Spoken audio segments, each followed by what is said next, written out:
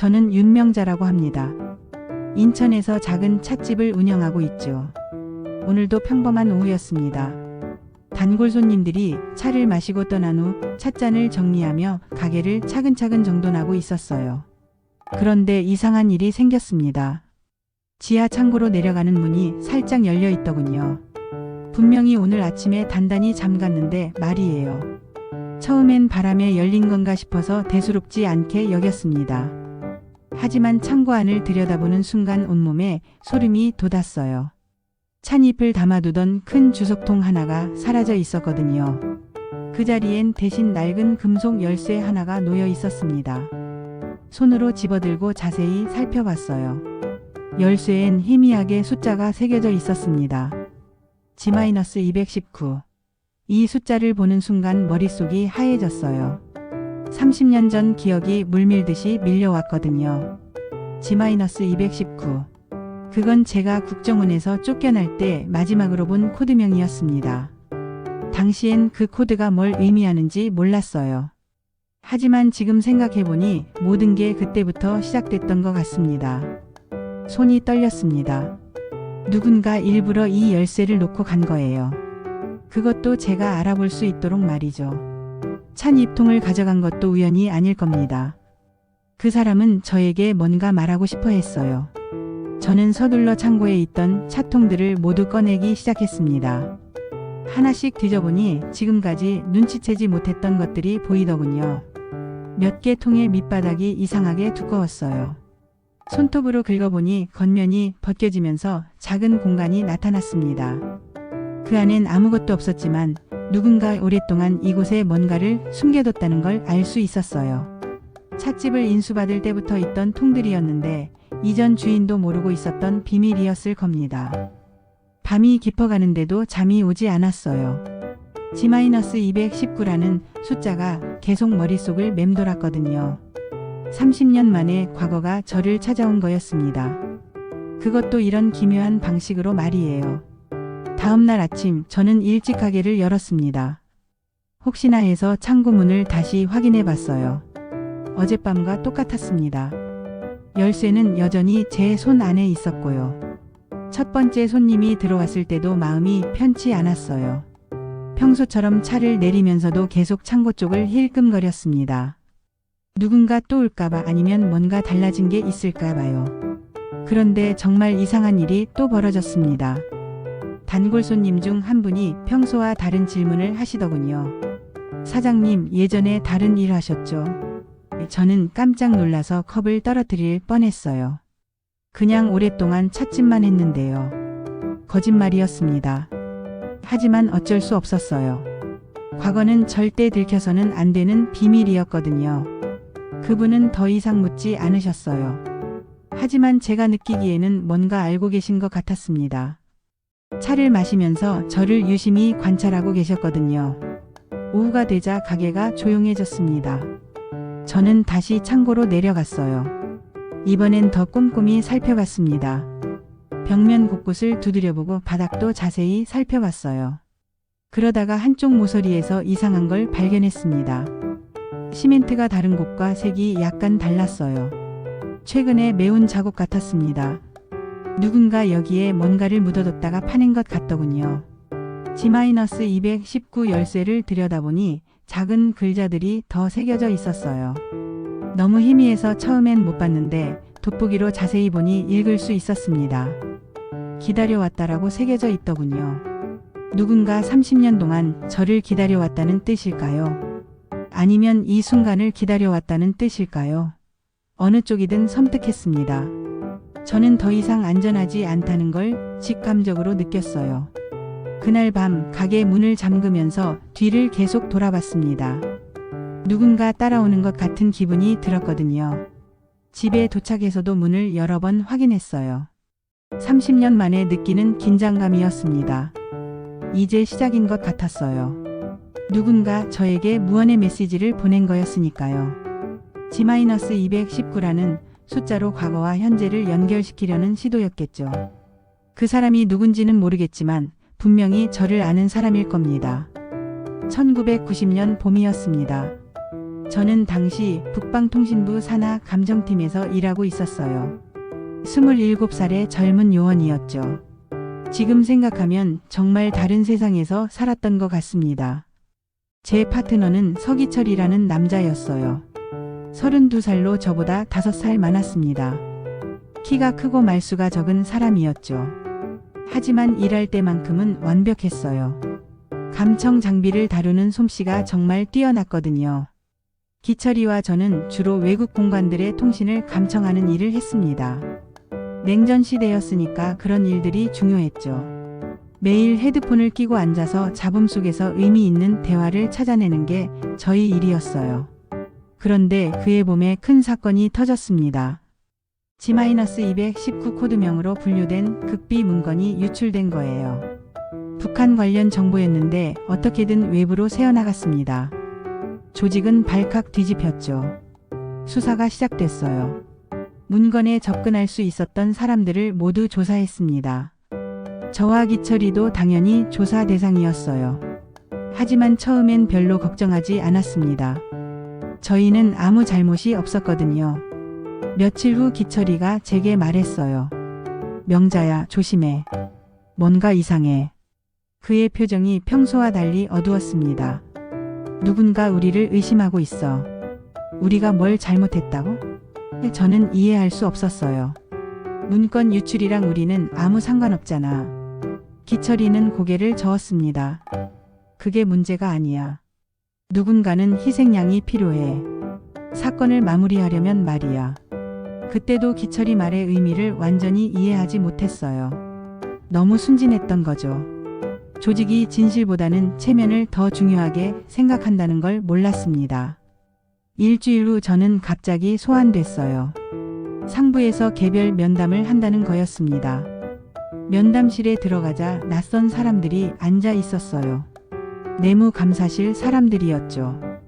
윤명자 요원, 당신이 G-219 문건 유출에 관련됐다는 제보가 있었습니다. 첫 마디부터 충격이었어요. 증거도 있고요. 그들이 보여준 건 제 필체로 쓰인 메모였습니다. 분명히 제가 쓴 글씨였어요. 하지만 내용은 전혀 기억이 나지 않았습니다. 누군가와 은밀하게 정보를 주고받은 것처럼 보였거든요. 이건 제가 쓴 게 아닙니다. 저는 필사적으로 부인했어요. 누군가 조작한 거예요. 하지만 그들은 들으려 하지 않았어요. 이미 결론을 내린 상태였습니다. 저는 그 자리에서 요원 자격을 박탈당했어요. 30년 동안 품어온 억울함이 바로 그때 시작된 거였습니다. 더 충격적인 건 기철이의 배신이었어요. 그는 제가 의심스럽다는 증언을 했다고 하더군요. 함께 일하던 파트너가 저를 배신한 거였습니다. 그때의 배신감은 지금도 생생해요. 조직에서 쫓겨난 후 저는 새로운 신분으로 살아야 했습니다. 이름도 바꾸고 주민등록번호도 바꿨어요. 인천으로 내려와서 완전히 다른 사람이 됐죠. 과거는 철저히 지워야 했습니다. 처음 몇 년은 정말 힘들었어요. 누구도 믿을 수 없었고 항상 뒤를 돌아봐야 했습니다. 혹시 누군가 저를 쫓아오는 건 아닌지 늘 불안했거든요. 그래서 사람들과 어울리지 않고 혼자만의 시간을 보냈어요. 찻집을 시작한 것도 우연이었습니다. 차를 우리는 일에 집중하면 복잡한 생각들이 정리되더군요. 손님들과 나누는 대화도 피상적이어서 안전했고요. 서서히 마음의 평화를 찾아갔습니다. 하지만 기철이에 대한 원망은 사라지지 않았어요. 가끔 꿈에서 그를 봤습니다. 왜 저를 배신했는지 묻고 싶었지만 그는 대답하지 않았어요. 그런 꿈을 꿀 때마다 가슴이 답답했습니다. 30년이 흘렀지만 G-219 사건의 진실은 여전히 미궁속이었어요. 저는 정말로 무고한 피해자였을까요? 아니면 제가 모르는 사이에 뭔가 잘못된 일에 연루됐던 걸까요? 확신할 수 없었습니다. 그런데 어제 그 열쇠를 발견하면서 모든 게 다시 시작됐어요. 30년 전 상처가 다시 벌어지는 것 같았습니다. 누군가 저에게 과거를 상기시키려 했거든요. 오늘 아침 찻잎을 정리하다가 또 다른 발견을 했습니다. 가장 오래된 찻통 밑바닥에서 작은 수첩 한 권이 나온 거예요. 가죽 표지는 낡아서 부스러질 것 같았습니다. 펼쳐보니 희미한 글씨들이 보였어요. 대부분은 읽을 수 없었지만 한 부분만은 선명했습니다. 기철이라는 이름이었어요. 서기철 말이죠. 그 순간 온몸이 얼어붙는 것 같았습니다. 30년 만에 그의 흔적을 발견한 거였거든요. 수첩 안에는 다른 것들도 적혀 있었어요. 숫자들과 알파벳들이 복잡하게 얽혀 있었습니다. 암호 같아 보였지만 해독할 수는 없었어요. 하지만 분명한 건 이것이 우연히 여기 있는 게 아니라는 점이었습니다. 기철이가 살아있다면 지금 몇 살일까요? 57살 정도 될 겁니다. 어디선가 저처럼 다른 이름으로 살고 있을지도 모르죠. 아니면 이미 죽었을 수도 있고요. 하지만 이 수첩의 존재는 뭔가 다른 걸 의미하는 것 같았어요. 그가 여전히 어딘가에 있고 저에게 무언가 전하고 싶어 한다는 메시지 말이에요. 30년의 침묵을 깨려는 시도였을지도 모릅니다. 수첩을 더 자세히 들여다봤습니다. 희미한 글씨들 사이에서 뭔가 익숙한 패턴을 발견했어요. C11-P라는 암호였습니다. 30년 전 저희가 비상 연락에 사용하던 코드였죠. C11-P는 항구 근처 11번 공중전화 부스를 뜻했어요. P는 폰의 약자였습니다. 당시에는 휴대폰이 없었으니까 공중전화가 비상 연락수단이었거든요. 그 전화 부스가 아직 있을까요? 저는 서둘러 외투를 걸치고 나갔습니다. 인천항까지는 걸어서 20분 정도 거리였어요. 오랜만에 걷는 길이라 가슴이 두근거렸습니다. 혹시 정말로 누군가 저를 기다리고 있을까요? 항구에 도착하니 옛 기억들이 되살아났어요. 30년 전에도 몇 번 이곳에 온 적이 있었거든요. 기철이와 함께 감청 장비를 점검하러 왔던 때였죠. 그때는 이런 일이 벌어질 줄 꿈에도 몰랐습니다. 11번 공중전화 부스를 찾았어요. 놀랍게도 아직 그대로 있더군요. 낡고 녹슬었지만 작동하는 것 같았습니다. 수화기를 들어보니 신호음이 들렸어요. 암호 호출 방식도 기억났습니다. 특정 번호로 전화를 걸어서 신호를 보내는 거였죠. 상대방이 대기하고 있다면 응답할 겁니다. 손가락이 떨리면서도 번호를 눌렀어요. 한 번, 두 번 신호를 보냈습니다. 아무 반응이 없어서 포기하려는 순간 전화벨이 울렸어요. 누군가 걸어온 거였습니다. 심장이 터질 것 같았어요. 여보세요? 조심스럽게 말했습니다. 너구나. 낡은 목소리가 들려왔어요. 남자 목소리였지만 기철이는 아니었습니다. 정말 오래됐다. 누구세요? 한성철이야. 기억나지? 그 이름을 듣는 순간 무릎이 꺾일 뻔했어요. 한성철은 당시 현장 지휘관이었습니다. 저를 직접 조사했던 사람이기도 했고요. 성철이 형님. 30년 만에 부르는 호칭이었어요. 살아계셨군요. 나야 늙어서 죽지 못하고 있지. 쓸쓸한 웃음소리가 들렸습니다. 너는 어떻게 지냈니? 인천에서 찻집 한다며? 그가 제 근황을 알고 있다는 게 놀라웠어요. 어떻게 아세요? 가끔 지켜봐거든. 멀리서 말이야. 한성철의 목소리에 미안함이 섞여 있었습니다. 미안하다, 명자야. 그때 너를 지켜주지 못해서. 형님도 어쩔 수 없었잖아요. 저는 울컥했습니다. 그런데 왜 지금에서야 연락을 주신 거예요? 기철이가 움직이고 있어. 한성철의 목소리가 진지해졌어요. G-219 사건을 다시 파헤치려는 것 같아. 너한테도 신호를 보냈을 거야. 기철이가 아직 살아있다고요? 저는 믿을 수 없었어요. 살아있을 뿐만 아니라 내 근처에 있어. 조심해야 한다. 한성철이 말했습니다. 그놈은 위험한 남자야. 30년 전에도 그랬고 지금도 마찬가지야. 무슨 뜻인가요? G-219 사건의 진짜 배우는 기철이었어. 너는 그저 희생양이었지. 충격적인 고백이었습니다. 증거를 조작해서 너에게 덮어씌운 것도 그놈이고. 저는 말문이 막혔어요. 30년 동안 품어온 의문이 한순간에 풀리는 기분이었습니다. 기철이가 저를 배신한 게 아니라 처음부터 저를 이용했던 거였네요. 그럼 왜 지금에서야 말씀해 주시는 거예요? 억울함과 분노가 섞인 목소리로 물었습니다. 그때는 증거가 없었어. 기철이가 너무 교묘했거든. 한성철이 한숨을 쉬었어요. 하지만 지금은 다를 수 있어. 그놈이 직접 증거를 가지고 나타났으니까. 어떤 증거요? 너의 무죄를 증명할 수 있는 자료들이야. 감청 파일이랑 영상 자료들. 한성철의 설명을 듣고 있으니 가슴이 뛰었어요. 기철이가 어딘가에 숨겨뒀던 것들이지. 왜 그런 걸 숨겨뒀을까요? 보험이겠지. 언젠가 자신에게 위험이 닥쳤을 때 쓸 카드로 말이야. 한성철이 분석했습니다. 그런데 이제 그 카드를 꺼내들었어. 너를 통해서. 저를 통해서요. 기철이는 혼자 할 수 없어. 당시 사건의 피해자인 내가 나서줘야 설득력이 있거든. 한성철이 말했어요. 그래서 너를 끌어들이려는 거야. 저는 복잡한 심정이었어요. 한편으로는 제 무죄가 증명될 수 있다는 게 기뻤습니다. 하지만 다른 한편으로는 기철이의 진짜 의도가 뭔지 알 수 없어서 불안했어요. 어디서 만날 수 있을까요? 저는 물었습니다. 직접 얘기하고 싶어요. 서점 뒤쪽 골목에 작은 카페가 있어. 거기서 내일 저녁 7시에 보자. 한성철이 장소를 알려줬어요. 조심해서 와. 혹시 누가 따라올지 몰라. 전화를 끊고 나니 머리가 어지러웠어요. 30년 만에 과거의 진실과 마주하게 된 거였습니다. 기철이가 정말 살아있고 제 근처에 있다는 것도 소름 끼쳤고요. 집으로 돌아가는 길에 계속 뒤를 돌아봤습니다. 혹시 누군가 따라오는 건 아닌지 확인하려고요. 하지만 별다른 낌새는 없어 보였어요.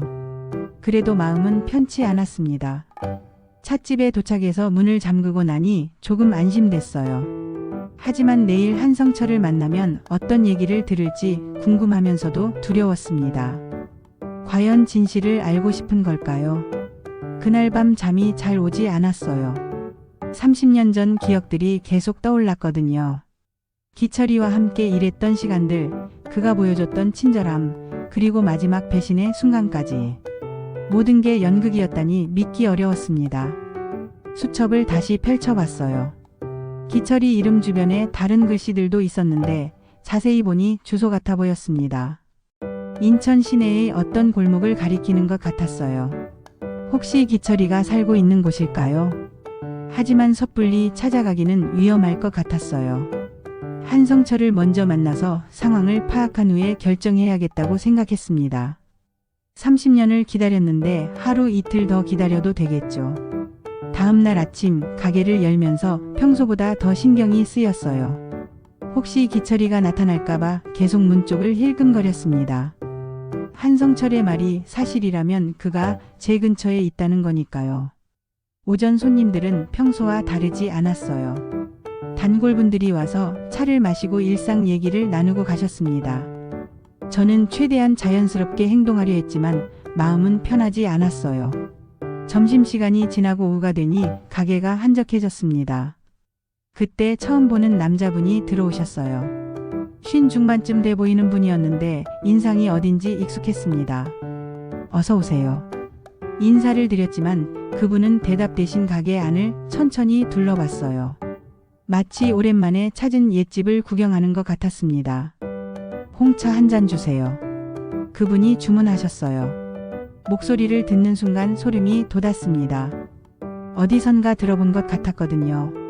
차를 준비하면서 슬쩍 관찰해 봤어요. 키는 크고 말랐는데 손가락이 길었습니다. 30년 전 기철이도 그런 손을 가지고 있었어요. 감청 장비를 섬세하게 다루던 그 손 말이죠. 홍차를 내어드리면서 더 자세히 봤습니다. 얼굴은 많이 변했지만 눈매는 그대로였어요. 날카롭고 차가운 눈빛. 기철이의 눈이었습니다. 차양이 예전과 똑같네요. 그분이 말했어요. 여전히 말차보다 홍차를 좋아하시죠? 그 순간 온몸이 얼어붙었습니다. 이 말은 30년 전 기철이만이 알 수 있는 얘기였어요. 당시 저는 다른 사람들 앞에서는 말차를 마셨지만 기철이와 단둘이 있을 때만 홍차를 마셨거든요. 누구세요? 떨리는 목소리로 물었어요. 잊으셨나요? 오래된 동료인데. 그가 미소를 지었습니다. 하지만 그 미소는 따뜻하지 않았어요. 서기철입니다. 기억나시죠? 컵을 떨어뜨릴 뻔했어요. 정말 기철이었습니다. 30년 만에 제 앞에 나타난 거였어요. 이름도 바꾸고 얼굴도 성형수술로 바꾼 것 같았지만 말투와 눈빛은 변하지 않았습니다. 당신이 정말 기철이에요. 믿기지 않아서 다시 물었어요. 놀라셨군요. 저도 명자 씨를 찾는데 오래 걸렸어요. 기철이 태연하게 말했습니다. 인천에서 찻집을 한다는 소문을 듣고 확인하러 왔죠. 뭘 원하는 거예요? 저는 경계심을 숨기지 않았어요. 대화를 하고 싶어요. 30년 전 일에 대해서. 기철이 진지한 표정으로 말했습니다. 제대로 된 해명을 하지 못했잖아요. 해명이요? 저는 코웃음을 쳤어요. 30년 전에 저를 배신한 사람이 무슨 해명을 한다는 거예요. 오해가 있었어요. 제가 원해서 그런 게 아니었습니다. 기철이 변명했어요. 어쩔 수 없는 상황이었어요. 저는 그의 말을 믿을 수 없었어요. 30년 동안 억울함을 견뎌온 제게 이제 와서 오해였다니요. 너무 뻔뻔한 거 아닌가요? 그럼 진실을 말해보세요. 저는 도전적으로 말했어요. G-219 사건의 진짜 범인이 누구인지. 기철이 잠시 망설였어요. 주변을 둘러보더니 목소리를 낮췄습니다. 여기서는 위험해요. 다른 곳에서 만나죠. 왜 위험한데요? 아직도 그 사건에 관심 있는 사람들이 있어요. 기철이 설명했습니다. 우리 대화를 들으면 곤란해질 수 있어요. 그때 문종 소리가 울렸어요. 새로운 손님이 들어온 거였습니다. 기철이는 재빨리 자리에서 일어났어요. 내일 저녁 7시에 맞은편 서점 뒤 골목에서 만나요. 속삭이듯 말하고는 서둘러 나갔습니다. 새로 들어온 손님은 평범한 아주머니였어요. 하지만 저는 기철이의 갑작스러운 행동이 이상했습니다. 정말 위험해서 그런 걸까요? 아니면 다른 이유가 있는 걸까요? 오후 내내 마음이 복잡했어요. 30년 만에 만난 기철이는 예전과 많이 달라 보였습니다. 더 조심스럽고 신중해진 것 같았어요. 나이가 들어서 그런 걸까요? 저녁이 되어 가게를 정리하면서 맞은편 서점을 봤어요. 그곳에 기철이가 숨어 있을까요? 아니면 정말 우연히 저를 발견한 걸까요? 의문이 많았습니다. 집에 가는 길에 서점 앞을 지나쳤어요. 문이 닫혀 있었지만 2층에 불이 켜져 있었습니다. 혹시 기철이가 그곳에 살고 있는 건 아닐까 생각했어요. 그날 밤도 잠이 오지 않았어요. 내일 기철이를 만나면 어떤 이야기를 들을지 궁금했습니다. 정말 억울한 오해였을까요? 아니면 다른 음모가 있는 걸까요? 한성철과의 약속도 있었어요. 같은 시간, 같은 장소에서 만나기로 했는데 이상한 우연이었습니다. 혹시 둘이 짜고 치는 고스톱인 건 아닐까요? 하지만 한성철의 목소리에서는 기철이에 대한 경계심이 느껴졌어요. 둘이 편이라기보다는 적대적인 관계인 것 같았습니다. 그럼 저는 어느 쪽을 믿어야 할까요? 아침에 일어나서 가게를 준비하면서도 계속 생각했어요. 30년 전 일의 진실을 알고 싶었지만 동시에 두려웠습니다. 진실이 제가 생각하는 것과 다를 수도 있으니까요. 그런데 오늘도 기철이가 나타났어요. 어제와 같은 시간 같은 자리에 앉더군요. 마치 단골 손님처럼 자연스럽게요. 오늘도 홍차 한 잔 주세요. 어제와 똑같은 주문이었어요. 차를 내어드리면서 물었어요. 정말 우연히 저를 발견한 건가요? 아니에요. 기철이 솔직하게 대답했어요. 한 달 전부터 이 근처를 돌아다녔어요. 명자 씨를 찾기 위해서. 왜 찾으려고 했는데요? 돌려드릴 게 있어서요. 기철이 의미심장하게 말했습니다. 30년 전에 빼앗긴 것들을. 저는 그 말의 의미를 이해할 수 없었어요. 제가 잃은 건 명예와 신뢰였는데 그런 걸 돌려줄 수 있나요? 구체적으로 뭘 말하는 거예요? 오늘 저녁에 만나면 보여드릴게요. 기철이 말했어요. 증거 자료들이에요. 그는 차를 다 마시고 일어났어요. 나가면서 마지막으로 말했습니다. 명자 씨, 진실은 생각보다 복잡해요. 마음의 준비를 하세요. 문이 닫히고 나니 저 혼자 남았어요. 기철이의 마지막 말이 계속 머릿속을 맴돌았습니다. 진실이 복잡하다니 무슨 뜻일까요? 저녁 7시가 가까워지자 마음이 조급해졌어요. 한성철과 기철이 모두 같은 장소에서 만나자고 했는데 이게 우연일 리 없었습니다. 뭔가 계획된 일이라는 생각이 들었어요. 가게 문을 잠그고 서점 뒤 골목으로 향했습니다. 해가 지면서 골목이 어두워지고 있었어요. 가로등 불빛도 희미해서 앞이 잘 보이지 않았습니다. 골목 입구에 서서 주변을 살펴봤어요. 작은 카페가 하나 있었는데 불이 꺼져 있었습니다. 영업을 안 하는 건지 아니면 일부러 불을 끈 건지 알 수 없었어요. 명자야. 뒤에서 목소리가 들렸어요. 돌아보니 한성철이 서 있었습니다. 30년 만에 보는 얼굴이었지만 금방 알아볼 수 있었어요. 형님. 반가우면서도 복잡한 심정이었어요. 많이 늙었지? 한성철이 쓸쓸하게 웃었어요. 세월이 정말 빠르다. 저도 그를 자세히 봤어요. 머리는 완전히 헤어졌고 주름도 많이 생겼습니다. 하지만 눈빛만은 예전과 같았어요. 날카롭고 예리했죠. 기철이를 만났다며? 한성철이 물었어요. 어떻게 아세요? 그놈이 움직이는 걸 감시하고 있어. 한성철이 설명했어요. 내 찻집에 나타났다는 건 알고 있었어. 그럼 왜 막지 않으셨어요? 막을 수도 없고 막아서도 안 돼. 한성철이 말했어요. 이제는 진실을 밝혀야 할 때야. 그때 골목 저쪽에서 발소리가 들렸어요. 누군가 이쪽으로 오고 있었습니다. 한성철의 표정이 굳어졌어요. 기철이다. 속삭였어요. 조심해. 기철이가 나타났습니다. 한성철을 보더니 피식 웃었어요. 역시 여기 있을 줄 알았어. 서기철 오랜만이다. 한성철이 차갑게 말했어요. 성철이 형 건강해 보이네. 기철이도 마찬가지로 차가웠어요. 아직도 과거에 매달려 있나? 둘 사이에 긴장감이 느껴졌어요. 30년 전에 무슨 일이 있었는지 더 궁금해졌습니다. 명자 씨한테 뭘 말했는지 궁금하네. 기철이 한성철을 보며 말했어요. 진실을 말했지. 내가 G-219 사건의 진짜 범인이라고. 한성철이 대답했어요. 그래? 그럼 증거는 있나? 기철이 도발적으로 물었어요. 한성철은 대답하지 않았어요. 증거가 없다는 뜻이었겠죠. 기철이 그걸 알고 있는 것 같았습니다. 명자 씨, 형님 말을 다 믿으면 안 돼요. 기철이 저에게 말했어요. 진실은 따로 있어요. 그럼 당신이 말해보세요. 저는 두 사람 사이에 서서 말했어요. 도대체 30년 전에 무슨 일이 있었던 거예요?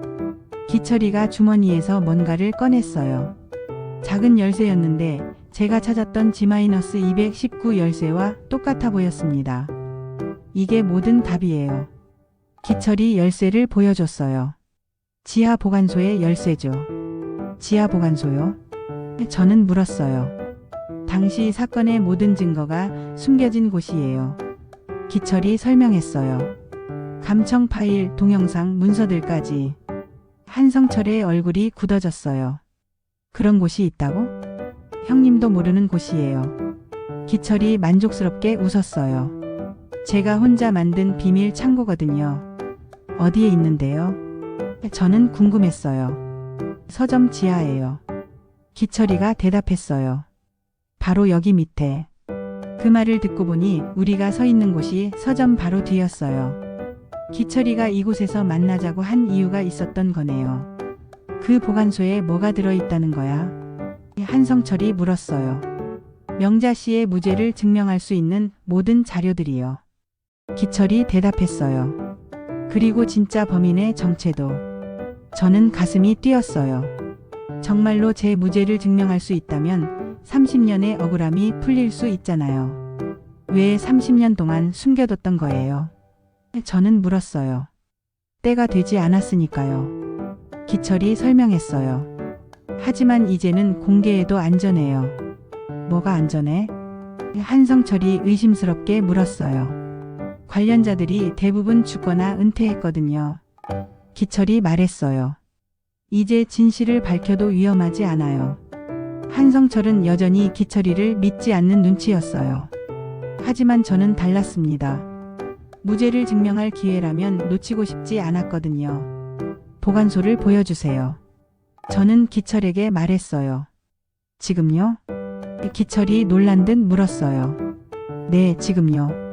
30년을 기다렸는데 더 기다릴 수 없어요.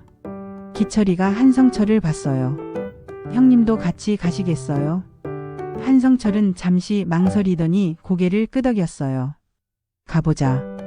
기철이가 앞장서서 서점 뒤쪽으로 안내했어요. 건물 옆에 작은 지하 입구가 있었습니다. 평소에는 눈에 띄지 않을 만한 곳이었어요. 열쇠를 넣고 문을 열자 좁은 계단이 나타났어요. 기철이가 손전등을 켜고 내려가기 시작했습니다. 저와 한성철도 따라 내려갔어요. 지하는 생각보다 넓었어요. 벽면에는 선반들이 설치되어 있었고 각종 파일과 상자들이 정리되어 있었습니다. 정말 비밀 보관소 같았어요. 여기가 바로 그곳이에요. 기철이 자랑스럽게 말했어요. 30년 동안 아무도 몰랐던 곳이죠. 저는 감탄했어요. 이런 곳이 있었다니 믿기지 않았습니다. 그런데 정말 여기에 제 무죄를 증명할 증거들이 있을까요? 기철이가 한쪽 선반으로 가서 큰 상자를 꺼냈어요. 여기 있어요. G-219 사건 관련 모든 자료들이. 상자를 열자 두꺼운 파일들이 나왔습니다. 표지에는 극비라는 도장이 찍혀 있었어요. 30년 전 그 시절의 냄새가 나는 것 같았습니다.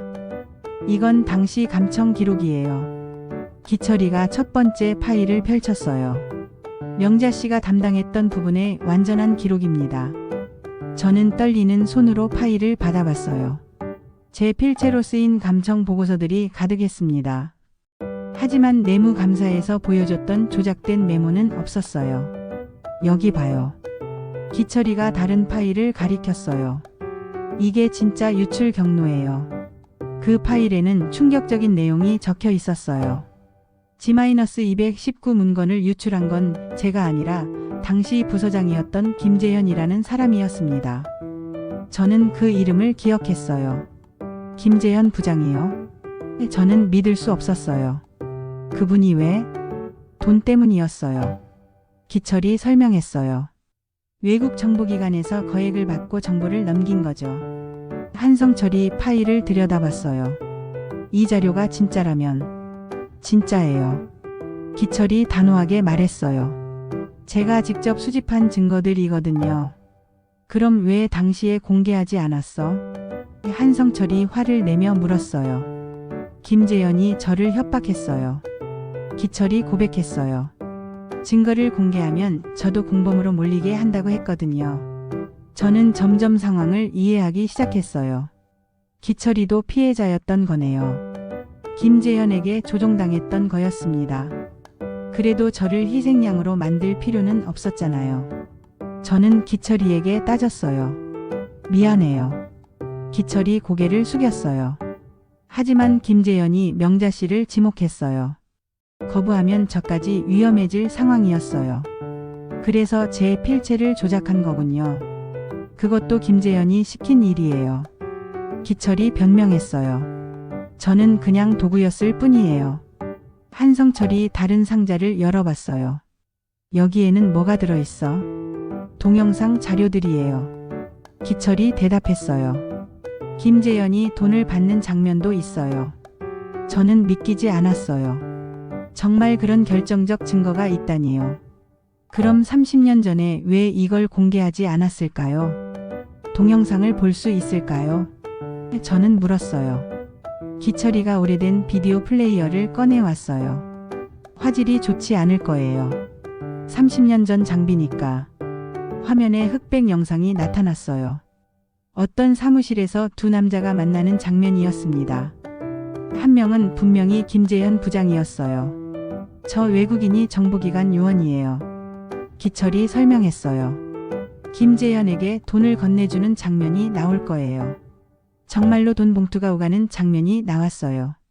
김재현이 받아서 확인하는 모습까지 선명했습니다. 이건 결정적인 증거였어요. 이걸 어떻게 촬영한 거예요? 한성철이 물었어요. 제가 감청팀이었잖아요.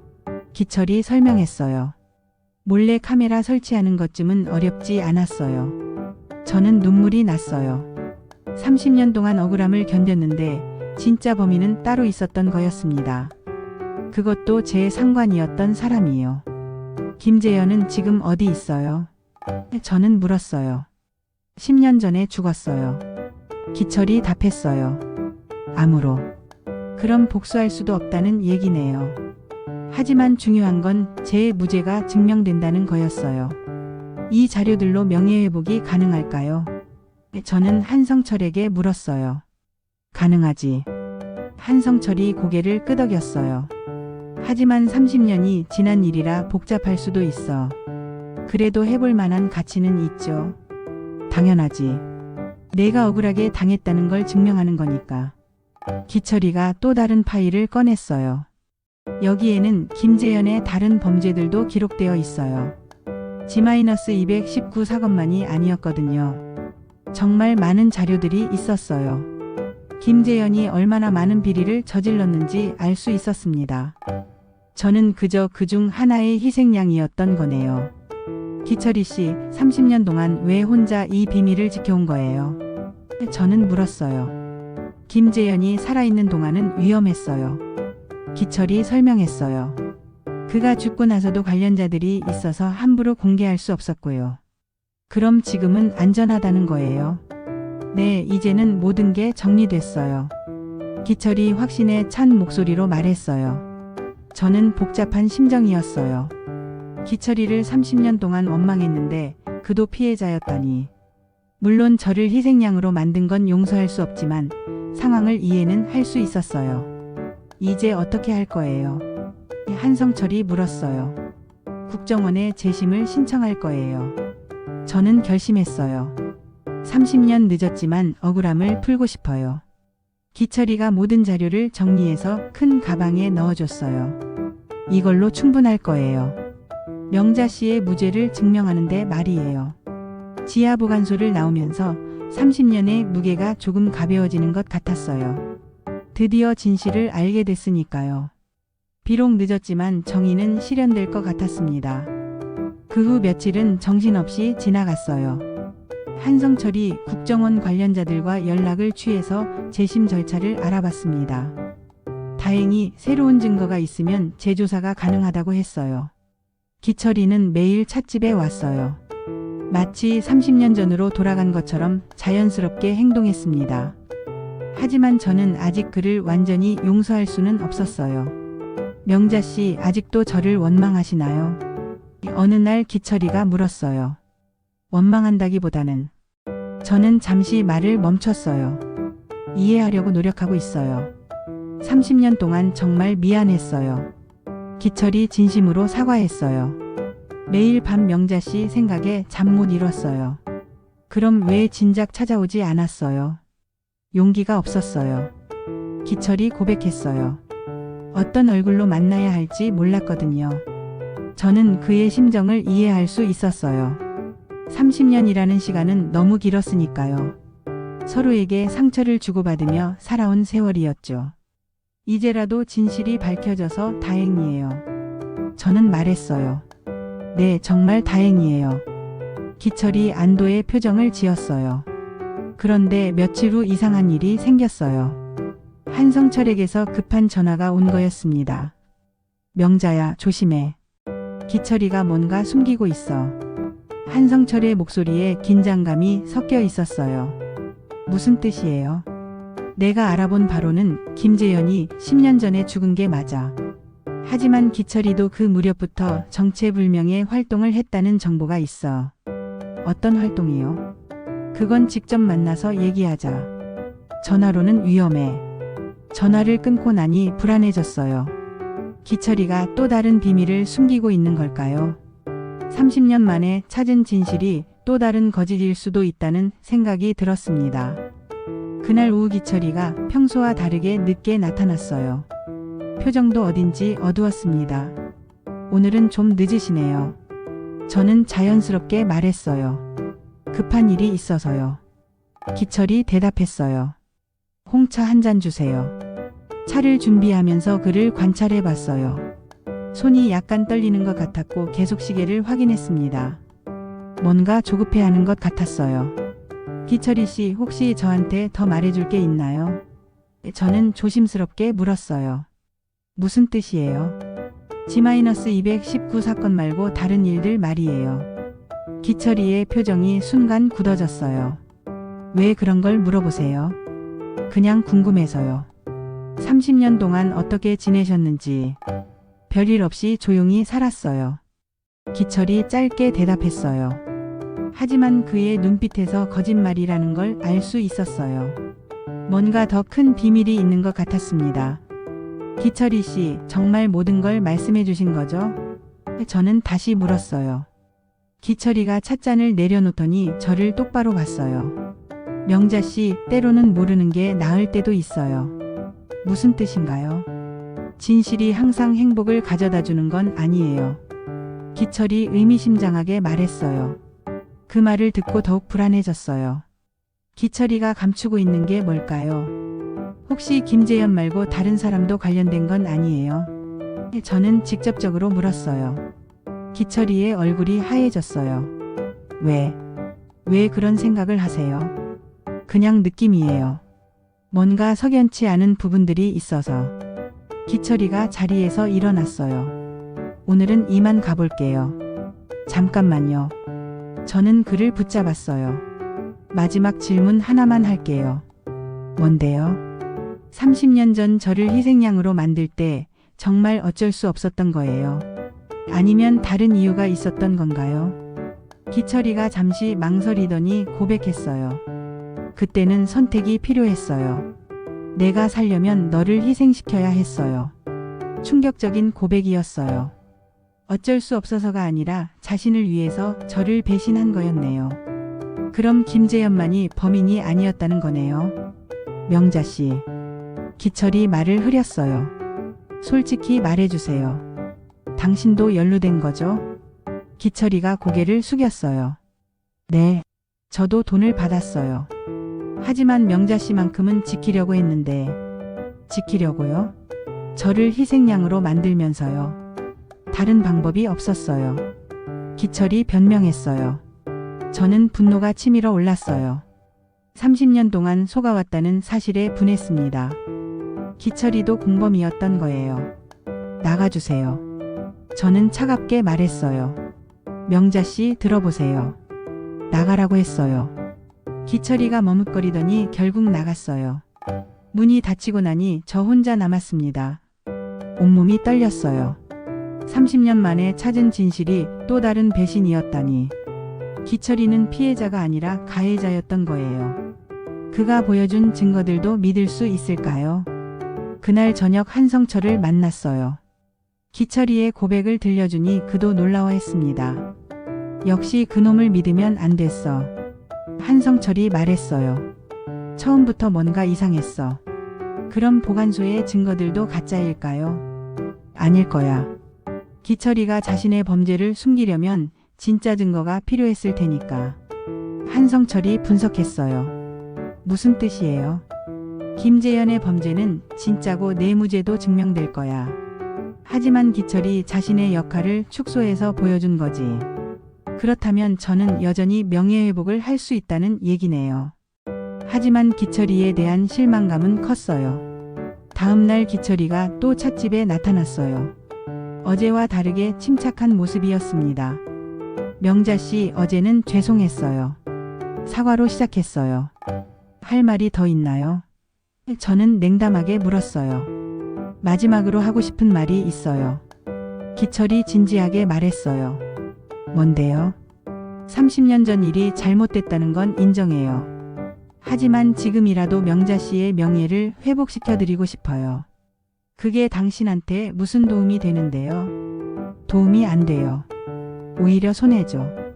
기철이 솔직하게 말했어요. 하지만 양심상 그래야 할 것 같아요. 저는 그의 말을 어떻게 받아들여야 할지 몰랐어요. 진심일까요? 아니면 또 다른 계산일까요? 홍차 한 잔 주세요. 기철이 평소처럼 주문했어요. 저는 아무 말 없이 차를 준비했어요. 30년 전처럼 인삼 진액을 조금 넣어서 말이죠. 기철이가 인삼 알레르기가 있다는 걸 기억하고 있었거든요. 차를 내어주면서 그를 지켜봤어요. 한 모금 마시더니 얼굴색이 변하기 시작했습니다. 뭔가 이상해요. 기철이 목을 잡더니 숨을 헐떡였어요. 응급실에 전화해야겠네요. 저는 차분하게 말했어요. 명자씨. 왜? 기철이 힘들게 말했어요. 예전처럼 말차가 아니고 홍차에 인삼 진액을 넣었어요. 저는 담담하게 설명했어요. 당신의 알레르기를 기억하고 있었거든요. 기철이의 눈이 커졌어요. 제가 일부러 한 일이라는 걸 깨달은 거죠. 30년 전의 배신에 대한 대가예요. 저는 말했어요. 죽지는 않을 거예요.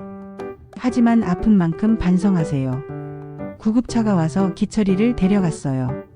생명에는 지장이 없을 거라고 했습니다. 하지만 당분간은 활동하기 어려울 거예요. 그날 밤 저는 오랜만에 편안하게 잠들었어요. 30년의 원한이 조금은 풀린 것 같았거든요. 완전한 복수는 아니었지만 적어도 기철이는 대가를 치렀으니까요. 기철이는 응급실에서 치료를 받고 회복했어요. 다행히 생명에는 지장이 없었지만 알레르기 쇼크로 인해 며칠 입원해야 했습니다. 의사는 앞으로 더욱 조심해야 한다고 경고했어요. 병원에서 퇴원한 후 기철이는 찻집에 나타나지 않았어요. 아마 제가 일부러 인삼을 넣었다는 걸 알았을 겁니다. 이제야 진정한 복수의 의미를 깨달았겠죠. 한성철이 전화를 걸어왔어요. 기철이 일 때문에 연락했어. 그놈이 더 이상 활동하지 못하게 됐다는 소식이야. 무슨 뜻이에요? 병원에서 퇴원한 후 어디론가 사라졌어. 아마 다른 지역으로 피했을 거야. 한성철이 설명했어요. 공공연하게 활동하기는 어려워졌다는 뜻이지. 그럼 저의 명예회복은 어떻게 되는 거예요? 그건 문제없어. 이미 자료를 국정원에 넘겼거든. 한성철이 안심시켰어요. 재심 절차가 시작될 거야. 정말 다행이었어요. 기철이가 사라져도 증거는 남아있으니까요. 30년 만에 억울함을 풀 수 있게 된 거였습니다. 며칠 후 국정원에서 연락이 왔어요. 공식적으로 재조사를 실시하겠다고 했습니다. 새로운 증거들을 검토한 결과 충분히 재심할 가치가 있다고 판단했대요. 윤명자 씨, 30년 전 사건에 대해 다시 조사하겠습니다. 담당 공무원이 말했어요. 시간이 많이 걸릴 수 있지만 정확한 결과를 내드리겠습니다. 저는 감사하다고 말했어요. 비록 늦었지만 기회를 얻은 것만으로도 감사했습니다. 재조사 과정은 생각보다 빨랐어요. 기철이가 제공한 증거들이 워낙 명확했거든요. 김재현의 범죄는 확실했고 제가 무고한 피해자라는 것도 분명했습니다. 2달 후 공식 결과가 나왔어요. 저는 G-219 사건과 관련해서 완전히 무죄라고 판정됐습니다. 30년 전에 처분도 취소되고 명예도 회복됐어요. 국정원에서 공식 사과도 받았어요. 잘못된 판단으로 인해 억울함을 당하셨습니다. 진심으로 사과드립니다. 저는 울었어요. 30년 동안 품어온 억울함이 마침내 풀린 거였습니다. 늦었지만 정의는 실현된 거예요. 한성철도 함께 기뻐해줬어요. 축하한다 명자야. 이제야 억울함이 풀렸구나. 형님 덕분이에요. 혼자였다면 못 해냈을 거예요. 아니야, 내가 포기하지 않았기 때문이야. 한성철이 말했어요. 30년을 견딘 내 의지력이 이룬 성과야. 이제 새로운 시작이었어요. 과거의 상처는 아물었고 미래를 향해 나아갈 수 있게 됐습니다. 찻집도 예전보다 더 활기를 띠게 됐어요. 단골 손님들이 제 소식을 듣고 더 자주 오시기 시작했거든요. 억울함이 풀렸다는 걸 아시고 모두 축하해 주셨어요. 사장님, 정말 고생 많으셨어요. 단골 할머니가 말씀하셨어요. 이제 마음 편히 사시겠네요. 네, 정말 홀가분해요. 저는 웃으며 대답했어요. 어느 날 새로운 손님이 찻집에 왔어요. 젊은 기자분이었는데 제 이야기를 기사로 쓰고 싶다고 하시더군요. 30년 만에 명예회복이라니 정말 감동적인 이야기예요. 기자분이 말씀하셨어요. 많은 사람들에게 희망을 줄 수 있을 것 같아요. 하지만 저는 정중히 거절했어요. 조용히 살고 싶어요. 이미 충분히 힘든 시간을 보냈거든요. 기자분은 아쉬워하셨지만 이해해 주셨어요. 저는 유명해지고 싶지 않았습니다. 그냥 평범하게 조용히 살고 싶었어요. 몇 개월 후 기철이로부터 편지가 왔어요. 다른 도시에서 보낸 것 같았습니다. 명자 씨, 정말 죄송합니다. 30년 늦은 사과지만 진심입니다. 명예회복을 축하드려요. 앞으로는 조용히 살겠습니다. 다시는 폐를 끼치지 않을게요. 편지를 읽고 나니 복잡한 심정이었어요. 기철이도 나름의 고통을 겪었을 겁니다. 완전히 용서할 수는 없지만 이제는 원망하지 않기로 했어요. 그 편지를 마지막으로 기철이와의 인연은 끝났어요.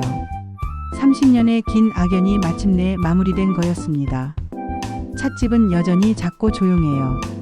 하지만 이제는 평화로움이 있습니다. 과거의 그림자에서 벗어난 자유로움 말이에요. 오늘도 단골 손님들이 오셔서 차를 마시고 가세요. 일상적인 대화를 나누며 평범한 하루를 보냅니다. 이런 일상이 얼마나 소중한지 이제야 알겠어요. 사장님, 오늘 차가 특히 맛있네요. 한 손님이 말씀하셨어요. 감사합니다. 마음이 편해서 그런가 봐요. 저는 웃으며 대답했어요. 정말 그랬어요. 마음이 편해지니 모든 게 달라 보였습니다. 차 맛도 더 좋아졌고 손님들과의 대화도 더 즐거워졌어요. 저녁에 가게 문을 닫으면서 하루를 정리해요. 30년 전과는 완전히 다른 기분입니다. 억울함 대신 감사함이, 분노 대신 평화가 있어요. 창밖을 보니 맞은편 서점에 불이 켜져 있어요. 새로운 주인이 들어온 것 같습니다. 기철이의 흔적은 완전히 사라졌어요. 진실은 때로 오래 우려낸 차처럼 천천히 드러나는 법이죠. 저는 혼잣말을 했어요. 그 맛은 오래 기억되니까요. 30년이라는 긴 시간이 걸렸지만 마침내 진실을 마주할 수 있었어요. 쓰디 쓴 시간이었지만 그 끝에는 달콤한 해방이 있었습니다. 이제 저는 진짜 자유예요. 과거에 얽매이지 않고 미래를 걱정하지 않으며 현재를 온전히 살 수 있게 됐습니다. 작은 찻집에서 평범한 일상을 살아가는 것만으로도 충분히 행복해요. 때로는 한성철이 들르기도 해요. 서로 나이가 들어 자주 만나지는 못하지만 그래도 좋은 친구로 지내고 있습니다. 과거의 동료에서 진짜 친구가 된 거죠. 명자야, 이제 정말 편해 보인다. 한성철이 말해요. 네, 정말 편해요. 저는 진심으로 대답해요. 오랜만에 제대로 된 잠을 자고 있어요. 30년 동안 잠 못 이루던 밤들이 이제는 추억이 됐어요. 대신 깊고 평화로운 잠을 잘 수 있게 됐습니다. 찻집에 오는 손님들도 제 변화를 느끼시는 것 같아요. 사장님이 더 밝아지셨네요 라고 말씀하시거든요. 진실이 밝혀진 후 정말 많은 게 변했어요. 가끔 젊은 분들이 와서 인생 상담을 요청하기도 해요. 힘든 일이 있어도 포기하지 마세요 라고 말해드려요. 진실은 언젠가 드러나니까요. 제 경험이 다른 사람들에게 작은 도움이 된다면 그것만으로도 의미가 있다고 생각해요. 30년의 고통이 헛되지 않았다는 증거니까요. 이제 저는 새로운 하루하루를 살아가고 있어요. 과거의 상처는 흉터로 남았지만 더 이상 아프지 않아요. 오히려 그 흉터가 제가 얼마나 강한 사람인지 보여주는 증거가 됐습니다. 찻집에서 차를 우리며 생각해요. 인생도 차와 비슷한 것 같아요. 적당한 온도와 시간이 필요하고 급하게 서두르면 제맛이 나지 않죠. 30년이라는 긴 시간이 필요했지만 마침내 제대로 된 맛을 우려낼 수 있게 됐어요. 오늘도 좋은 하루였습니다. 저는 하루를 마무리하며 감사 인사를 드려요. 내일도 평범하고 소중한 하루가 기다리고 있을 거예요. 이제는 그 평범함이 얼마나 행복한 것인지 알고 있습니다. 30년의 시련을 겪고 나니 일상의 소중함을 깨달았어요. 진실은 정말로 오래 우려낸 차와 같았어요. 시간이 오래 걸렸지만 그만큼 깊고 진한 맛이 났습니다. 그리고 그 맛은 정말 오래 기억될 것 같아요.